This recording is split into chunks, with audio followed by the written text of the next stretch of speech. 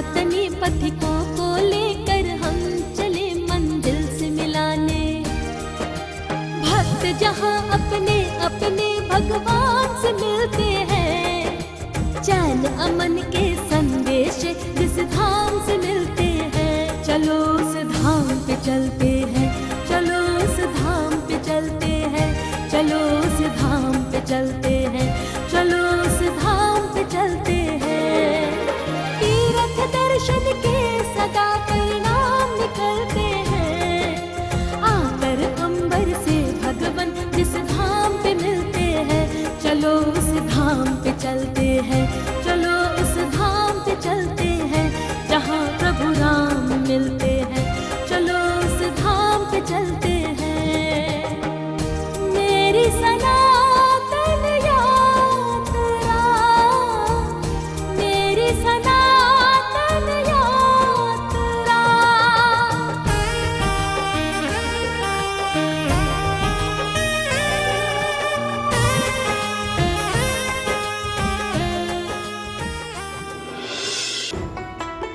मान्यता है कि पवित्र गुफा के अंदर शिला में बनी प्राकृतिक पिंडियों के रूप में मां के दर्शन होते हैं।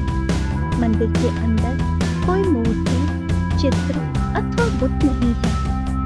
मानव जीवन से इन तीनों पिंडियों का गहरा रिश्ता है। मानव जीवन को सफल बनाने के लिए विद्या, धन और बल तीनों की ही आवश्यकता होती है। यह तीनों पिंडियां इसी बात का प्रतीक है। मंदिर में मां वैष्णो देवी की कोई मूर्ति नहीं है, अर्थात मां वैष्णो देवी यहाँ अदृश्य रूप में विराजमान है। वसुधा के कण कण में अनमोल खजाने हैं, खोज लेन रत्नों को जो भाग जगाने हैं। हरे हर की लीला कथा के जो ये ठिकाने हैं, धर्म ध्वजा के प्रहरी ये सब सुहाने हैं। वसुधा के कण कण में अनमोल खजाने हैं, खोज लेन रत्नों को जो भाग जगाने हैं। हरे हर की लीला कथा के जो ये ठिकाने हैं, धर्म ध्वजा के प्रहरी ये सब सुहाने हैं। आठों याम जहाँ हर मुख से हरि नाम निकलते हैं, आकर अंबर से भगवन जिस धाम पे मिलते हैं। चलो उस धाम पे चलते हैं, चलो उस धाम पे चलते हैं, चलो उस धाम पे चलते हैं, चलो उस धाम पे चलते हैं। ऐसा क्यों कहा जाता है कि माता वैष्णो देवी कब तक कुंवारी हैं? विवाह के लिए आखिर किसके इंतजार में ध्यान मग्न है मां वैष्णो देवी?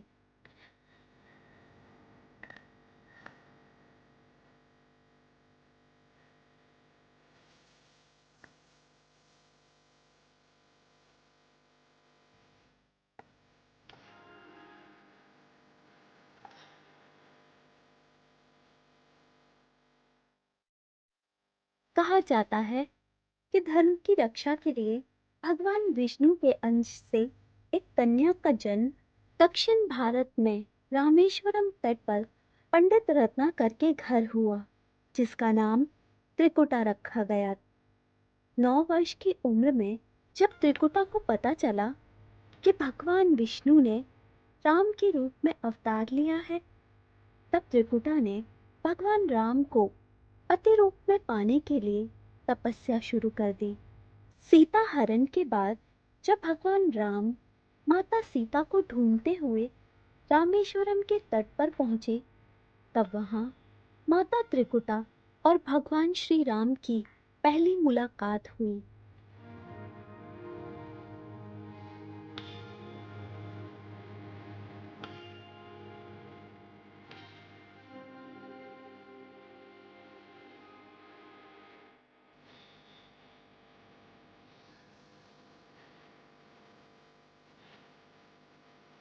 देवी त्रिकुटा ने श्री राम से उन्हें पति रूप में पाने की बात कही। तब भगवान राम ने त्रिकुटा को कहा कि इस रूप में मैंने एक पत्नी रहने का वचन लिया है। मेरा विवाह सीता से हो चुका है, इसीलिए मैं आपसे विवाह नहीं कर सकता। जब त्रिकुटा ने भगवान राम से प्रार्थना की तो श्री राम ने कहा कि लंका से लौटते समय मैं आपके पास आऊंगा। अगर आप मुझे पहचान लेंगी तो मैं आपसे विवाह कर लूंगा। बाद में लंका से लौटते हुए श्री राम ने अपने वचन का पालन किया और त्रिकुटा से मिले, लेकिन भगवान राम की माया के कारण त्रिकुटा उन्हें पहचान नहीं पाई।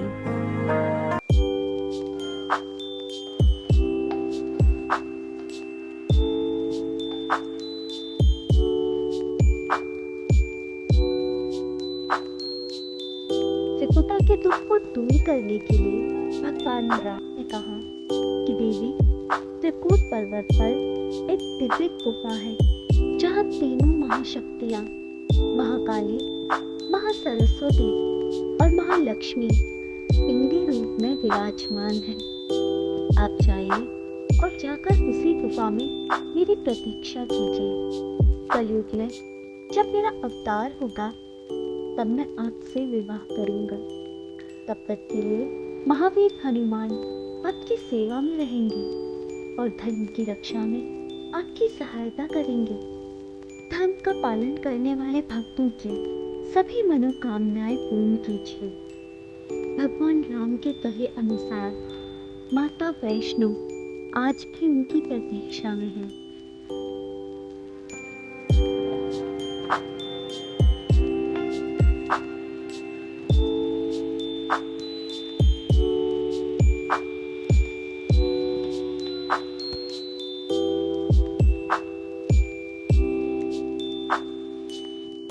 माँ तो माँ है, करुणावान है। कहते हैं कि क्षमा मांगने पर माँ ने भैरवनाथ को अपने से भी ऊंचा स्थान प्रदान किया और कहा कि जो भी भक्त मेरे दर्शन के लिए आएगा वह तुम्हारे दर्शन अवश्य करेगा, अन्यथा उसकी यात्रा सफल नहीं मानी जाएगी। यही कारण है कि जो भी भक्त माता वैष्णो देवी मंदिर के लिए दर्शन के लिए आता है वह भैरवनाथ के दर्शन अवश्य करता है। जय बाबा भैरवनाथ।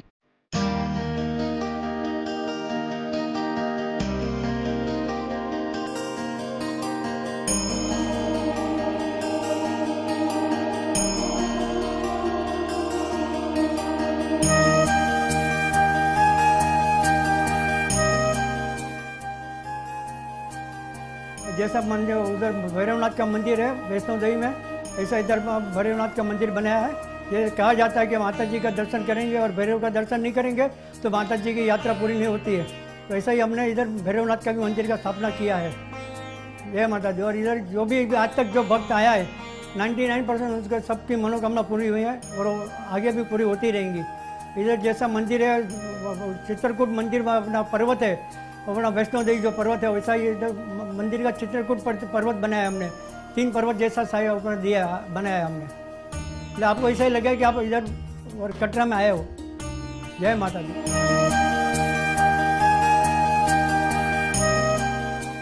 हिंदू मान्यताओं के अनुसार माँ वैष्णो देवी ने भारत के दक्षिण में रत्नाकर सागर के घर जन्म लिया था। बड़ी मन्नत और तपस्या करने के बाद ही इनके घर बच्ची का जन्म हुआ था।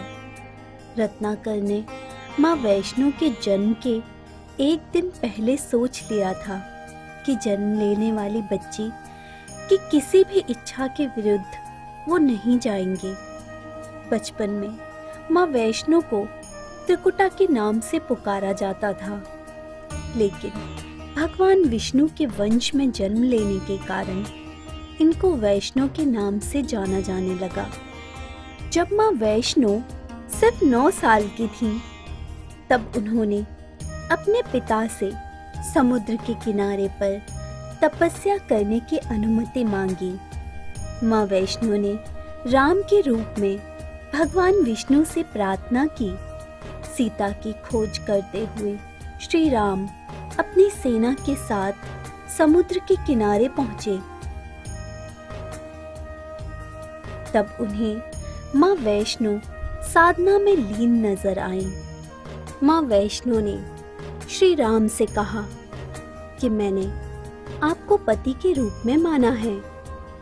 तब श्री राम ने कहा कि वे केवल सीता और इस रूप में सीता के ही पति हैं, किसी और के नहीं हो सकते हैं। लेकिन राम ने माँ वैष्णो से कहा कि वे कलयुग में कल्कि के रूप में प्रकट होंगे और उनसे विवाह करेंगे। तब तक के लिए राम ने माता वैष्णो को उत्तर भारत में माणिक पहाड़ियों की त्रिकूट श्रृंखला की गुफा में ध्यान लगाने को कहा। रावण के विरुद्ध राम की विजय के लिए माँ वैष्णो ने नवरात्र मनाने का निर्णय लिया। श्री राम ने वचन दिया था, पूरे संसार में माँ वैष्णो को पूजा जाएगा। त्रिकुटा वैष्णो देवी के रूप में प्रसिद्ध होंगी और हमेशा के लिए अमर हो जाएंगी। भैरवनाथ मान गया कि माँ वैष्णो अलौकिक हैं, इसीलिए उसने उनकी और भी परीक्षा लेने की सोची। भैरवनाथ ने माँ वैष्णो का पीछा किया और उन्हें ढूंढ निकाला, जिससे माँ वैष्णो की साधना भंग हो गई। जब भैरवनाथ ने माता को मारने की कोशिश की तो माता माँ काली का रूप धारण किए गुफा के द्वार पर प्रकट हो गई। देवी ने भैरवनाथ का सर धड़ से अलग किया और भैरवनाथ की खोपड़ी गुफा से 2.5 किलोमीटर की दूरी पर भैरव घाटी पर जा गिरी। भैरवनाथ ने मरते समय माँ से माफी मांगी।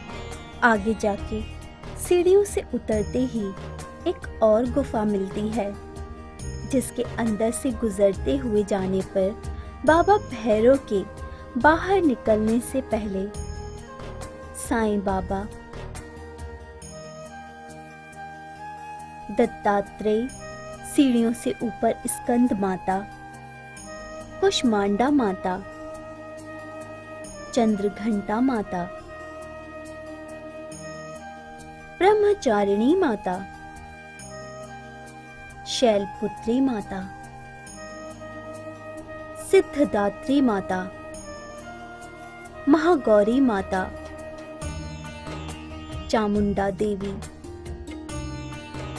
कालरात्रि माता तथा माता के सभी रूपों के दर्शन मिलते हैं।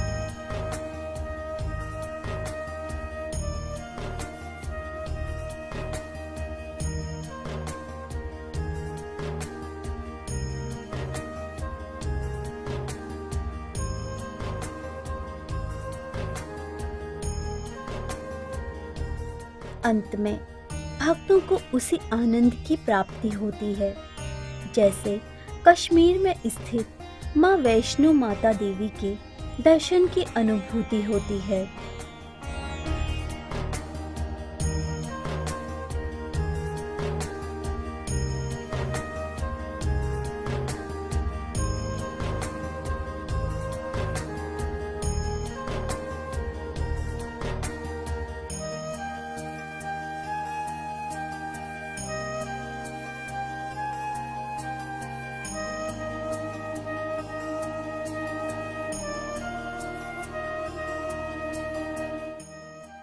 नीचे आने पर गुरु दरबार के दर्शन करके मन में सच्चा ज्ञान और सेवा भावना उत्पन्न होती है तथा उसके पश्चात नव दुर्गा के दर्शन कर भक्तगण भाव विभोर हो जाते हैं और अंत में महाकाली के सौम्य रूप को देखकर भक्त नतमस्तक हो जाते हैं।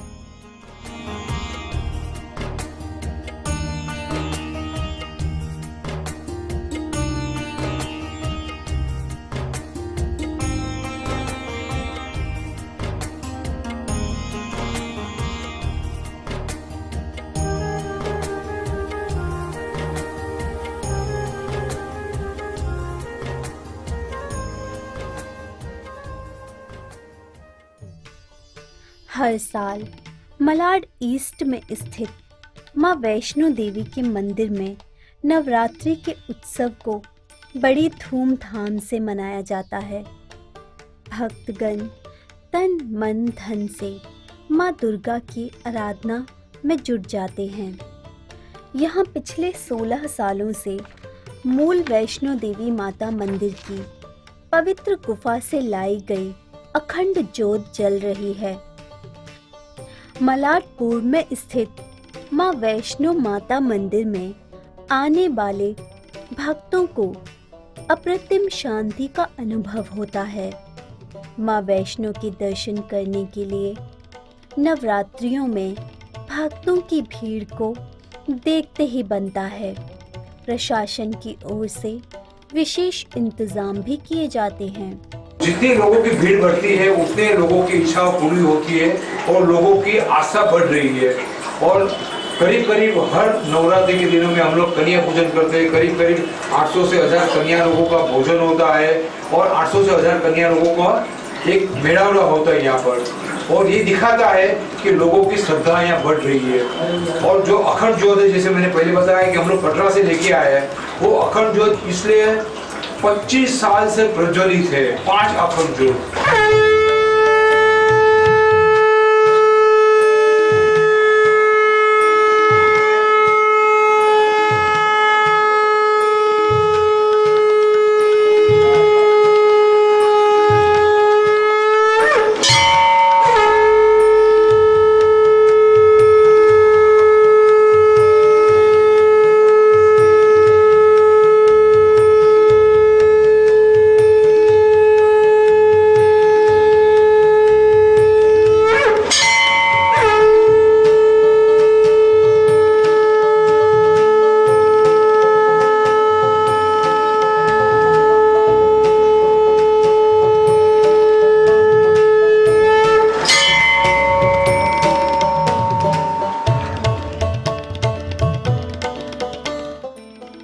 अष्टमी के दिन सामाजिक उपदेश देते हुए बड़े पैमाने पर हवन किया जाता है तथा शाम के समय महाआरती के बाद भजन किए जाते हैं तथा नवमी के दिन 1100 कन्याओं को पूजा कर प्रतिभोज करा उन्हें उपहार स्वरूप भेंट दी जाती है।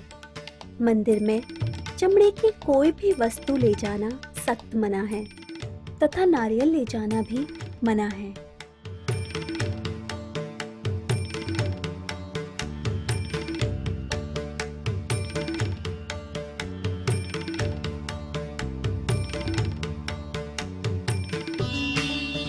प्रत्येक वर्ष 1500 भक्तों का काफिला लेकर एक विशेष ट्रेन जम्मू कटरा माता वैष्णो देवी दर्शन के लिए जाती थी।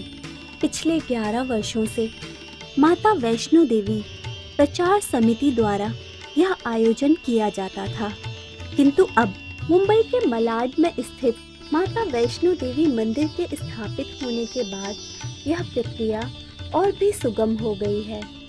मेरी सनातन यात्रा, मेरी सनातन यात्रा।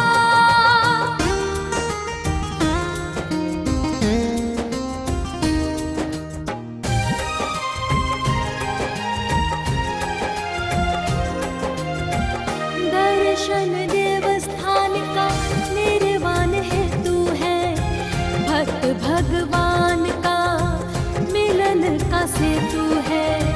पावन धरा ये धाम की हरि पद रेणु है, सकल मनोरथ दायिनी ये कामधेनु है।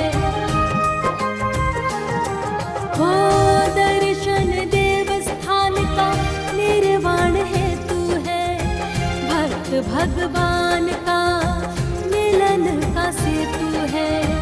पावन धरा ये धाम की हरि पद रेणु है, सकल मनोरथ दायिनी ये कामधेनु है। वरदान जहाँ भक्तों को प्रणाम से मिलते हैं, आकर अंबर से भगवन जिस धाम पे मिलते हैं, चलो उस धाम पे चलते हैं, चलो